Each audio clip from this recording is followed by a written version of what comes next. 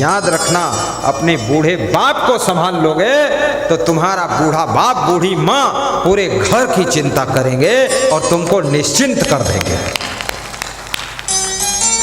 आप किसी कर्मचारी को सुरक्षा के लिए लगा दीजिए, वो भी 8 घंटे बाद अपने घर चला जाएगा और वेतन लेगा 8,000 महीना। लेकिन आपके माँ बाप 24 घंटे ड्यूटी करेंगे सुरक्षा में, ईमानदारी वफादारी से ड्यूटी करेंगे और 8 रुपया भी वेतन नहीं लेंगे। ऐसे माँ बाप को टाइम पर चाय पिलाइए, टाइम पर नाश्ता दीजिए, टाइम पर भोजन खिलाइए और नए कपड़े पहनाइए और सुबह शाम पैर छुओ, प्रणाम करो, सम्मान दो, वह फ्री में तुम्हारे घर की रक्षा करेंगे। जो बहुएं होशियार होती हैं ना, वह अपनी सासू को संभाल कर रखती है बिना वेतन की। ऐसी सासू बिना वेतन के घर पूरा रक्षा कर रही, सामान बचा रही, कुत्ते बिल्ली को रोक रही। मैं यहाँ जो सत्संग कर रहा हूँ, मेरे गुरु की उम्र 100 साल है, वो गुरु मेरे आश्रम बचा रहे। हम यहाँ निश्चिंत दरभंगम आनंद उठा रहे। नहीं तो मेरा गुरु ना होता तो मुझे फिक्र होती थोड़ा वहाँ की कि नहीं होती, लेकिन नहीं, मैं तो महीना महीना फोन ही करने की ज़रूरत नहीं। जब करता हूँ अपने गुरु को करता हूँ, 10 मिनट बात करता हूँ और गुरु जी को बोल देता हूँ आपकी कृपा है इसलिए हम भ्रमण कर रहे हैं, सत्संग कर रहे हैं, नहीं तो हमें रहना पड़ता। तो मेरा गुरु कहता तुम निश्चिंत करो, यहाँ तो हम सब संभाल ले। और हम लोग जाते हैं तो क्या करते हैं, देखिए बुजुर्ग लोग कुछ चाहते नहीं हैं, बस उनको प्रणाम करते, चरण छू लेते हैं, माला पहना देते हैं, आरती पूजा कर लेते हैं, आशीर्वाद ले लेते हैं और जो भी कुछ हमें दान पुण्य मिलता है वो सब उनको अर्पित कर देते हैं। उनके खाने वाली कोई चीज़ है, चना है, कुछ नमकीन है, कुछ लोग तिल के लड्डू उड्डू बना के लाए तो हम रख लेते हैं, हमारे पास रखा है 10-20 किलो उनके लिए, जो खराब ना हो, उन्हीं को देंगे, हम नहीं खाते कोई लोग, सब देंगे। गुरुजी खुश हो जाते हैं, इतने से ही वे आश्रम बचाते हैं तो हम तो सस्ते हो गया काम। तो ऐसे अपने घर के बूढ़ों को संभाल कर रखें। अपने सास ससुर से कभी लड़ो भिड़ो मत, झगड़ो मत, नाराज मत हो, क्योंकि वो तो रिटायरमेंट है, अब उनका समय सीमा समाप्त होने वाली है, अब तुम्हारी पारी शुरू हो चुकी है। अब उनसे जितना फायदा उठा लो वो फ्री का फायदा है। इसलिए बुद्धिमान बहू बनो, बुद्धिमान बेटा बनो, अपने माता पिता सास ससुर को प्रेम और सम्मान देकर, आदर देकर, चरण छूकर उनको जोड़ कर रखो। ऐसा 50,000 रुपया महीना तुम नौकर लगाओगे वो भी इतनी फिक्र नहीं करेगा जितना तुम्हारे माता पिता दादा दादी फ्री में फिक्र करते हैं और सारी चिंता करते रहते हैं। उनको संभालो।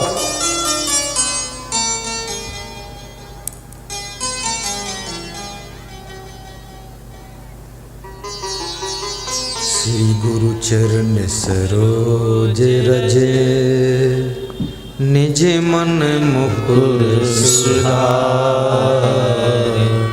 अब बूढ़े माता पिता को क्या करना है, उनको भी कुछ करना पड़ेगा। अपने बेटे बहू की कभी कभी, रोज नहीं, कभी कभी प्रशंसा कर दिया करो। मेरा बेटा, मेरी बहू मेरे घर की शोभा है, मुझे पूरी उम्मीद है मेरा बेटा मेरे से ज़्यादा खिलाड़ी है, बुद्धिमान है, बहुत उन्नति करेगा, और मेरी बहू मुझसे भी ज़्यादा होशियार है, पूरे घर को चमका देगी। फिर देखना बेटे बहू पूरी जान लगाकर मेहनत करेंगे और तुम पीछे से पीठ ठोंकते जाओ, वाह जय हो, निकाल दो गाड़ी आगे। ये होशियारी सीखो। हाँ, ऐसा भी कर देना चाहिए। सभी लोग थोड़ा हंस भी दिया करो, ज़्यादा गुम सुम बैठकर प्रवचन मत सुन करो, हंसा करो। हाँ, बहुत सीरियस रहोगे ना तो सीरियस आदमी जो होता है वो डॉक्टर के यहाँ भर्ती हो जाता है। सीरियस नहीं, थोड़ा हंसो भी। ऐसे कोई वक्ता, कथाकार और प्रवचनकार ऐसे वो मतलब खुद नहीं हंसता है, लेकिन हम खुद इसलिए हंसते हैं कि तुम भी निसंकोच होकर हंस सको, इसलिए हम भी हंस देते हैं। हम इसलिए हंस देते हैं क्योंकि बचपन से ही हमारा स्वभाव हंसने का था, हंसने का बचपन से ही। तो तुमको भी मैं सोचता हूँ ऐसा स्वभाव बना दूँ तुम्हारा, हंसते हंसते काम करो सब, मुस्कुराते मुस्कुराते सुबह से लेकर शाम तक मेहनत करो, कोई मन में टेंशन चिंता मत रखो, काम करते रहो। गुरुजी की कृपा से सब अच्छा रिजल्ट आने वाला है, घबराने की जरूरत नहीं। अपने स्वास्थ्य का भी ध्यान रखो। कभी थोड़ी बहुत बीमारी आए थोड़ा दवा भी खा लो,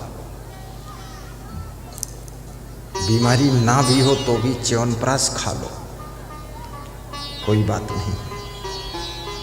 कमजोरी लग रही तो चंद्र प्रभावटी खा लो, सुस्ती लग रही है तो सो जाओ, जागते क्यों हो। और कोई मन में दुख है तो गुरु जी का प्रवचन सुन लो। घर में गरीबी है, ज़्यादा से ज़्यादा सत्संग सुनो, गरीबी दूर हो जाएगी, अमीर बनोगे। कोई गलत आदत है, गुरु जी का नाम लेकर उसे छोड़ दो। ये पान तम्बाकू पुड़िया खैनी गांजा भांग चरस अफीम दारू बीड़ी सिगरेट सब त्याग करो।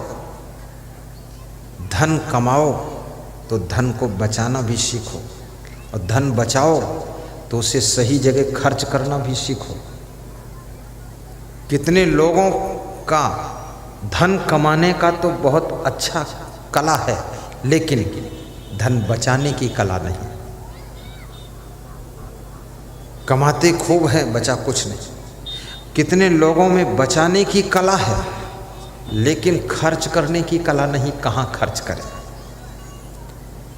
अपना कमाया हुआ धन 10% तो धर्म में खर्च करना चाहिए, भक्ति में खर्च करना चाहिए, सेवा परोपकार में खर्च करना चाहिए, सत्संग में खर्च करना चाहिए, गुरु सेवा में खर्च करना चाहिए, गाय की सेवा में खर्च करना चाहिए, धर्मशाला आश्रम के निर्माण में खर्च करना चाहिए, भंडारा में खर्च करना चाहिए। 10% हमारा धन परोपकार पर सेवा गुरु सेवा में खर्च हो जाना चाहिए, तो धन कमाने में जो पाप होता है वो खत्म हो जाता है।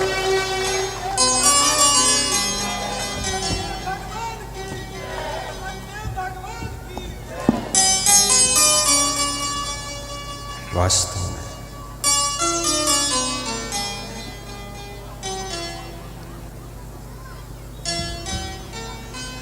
दान किए धन ना घटे,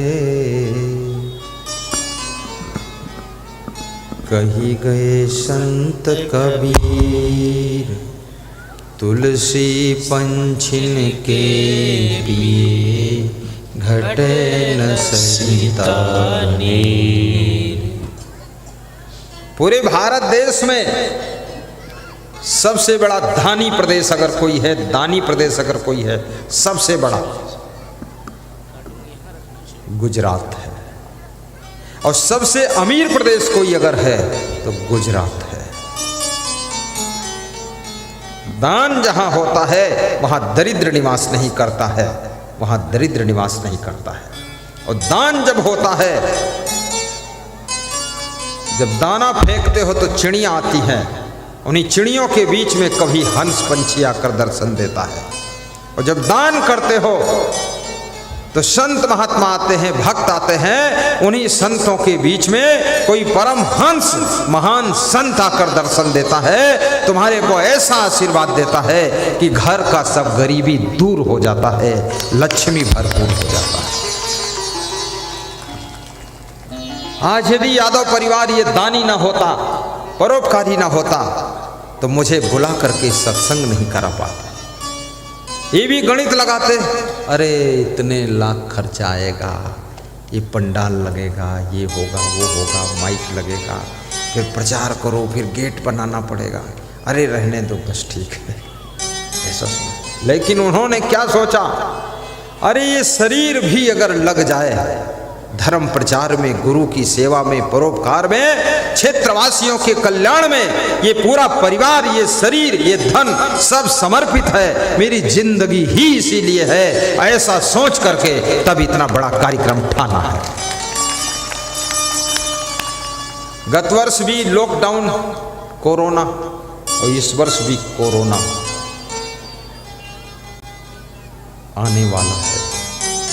हो सकता लौट जाए बिहार बॉर्डर से वापस, दूसरे प्रदेशों में आया है, यहाँ नहीं आया है, क्योंकि कोरोना भी समझदार है, यहाँ गुरुजी आए हैं, यहाँ जरूरत नहीं। हाँ, यहाँ एक भी मरीज नहीं निकल रहा, देखो क्या बात है। सबसे ज्यादा महाराष्ट्र में, क्या बात है, वहां से तो हटा ही नहीं, पूरा मेहमान बन के ठाठ से रह रहा कोरोना। और बिहार में तो टिका ही नहीं, तुरंत विदा हो गया, क्योंकि बिहार के भक्तों ने बता दिया गुरुजी आने वाले हैं, निकल जाओ, नहीं ऐसी तैसी हो जाएगी। निकल गया वो।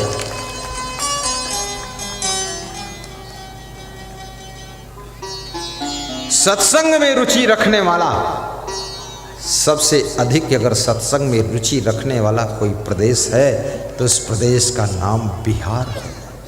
बिहार है।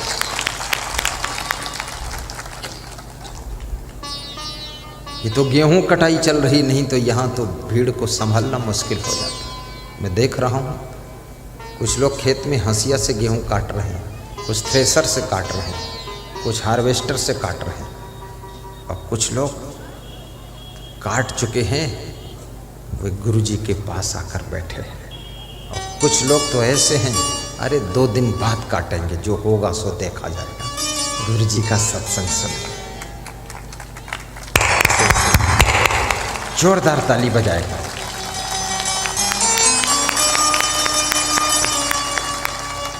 वह शहर शहर नहीं जिसमें गंदगी साफ करने के लिए नाली न हो, वह मकान मकान नहीं जिसमें हवा आने के लिए खिड़की में जाली न हो, और वह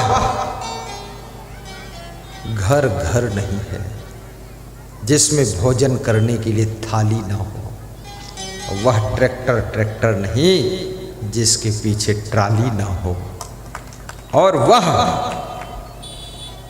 क्या ससुराल ससुराल नहीं जिसमें साला और साली ना हो, और वह सभा सभा नहीं जिसमें जोरदार ताली ना हो, जोरदार ताली ना हो।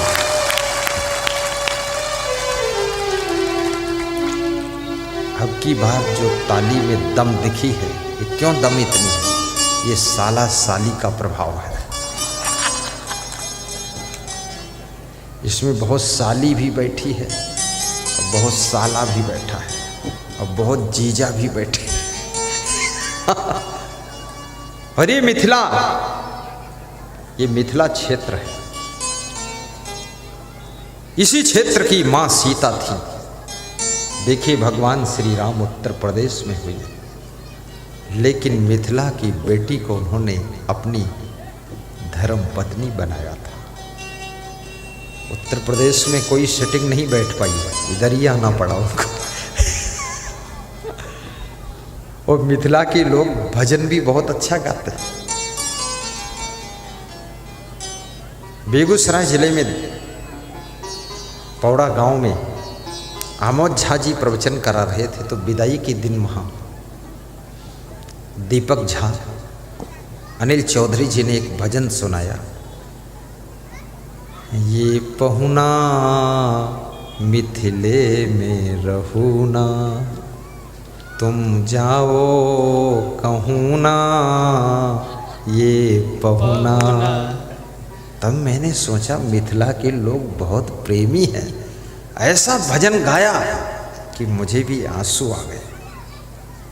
वास्तव में प्रेम बहुत है यहाँ। इसलिए भगवान श्री राम ने मिथिला में आकर के और यहाँ की बेटी को अपनी भार्या बनाया था। मैं धन्यवाद देता हूँ मिथिला क्षेत्रवासियों को कि आप कोई साधारण नहीं हो। आपने सीता जैसी कन्या को जन्म दिया था और जिस कन्या का पति भगवान श्री राम बना था। याद रखना, इन कन्याओं को चाहिए कि तुम्हारे अंदर महारानी सीता के सब नहीं लेकिन कुछ गुण झलकना चाहिए, क्योंकि तुम्हारा जन्म मिथिला की धरती पर हुआ है तो सीता जी के कुछ गुण लक्षण आप में दिखने चाहिए।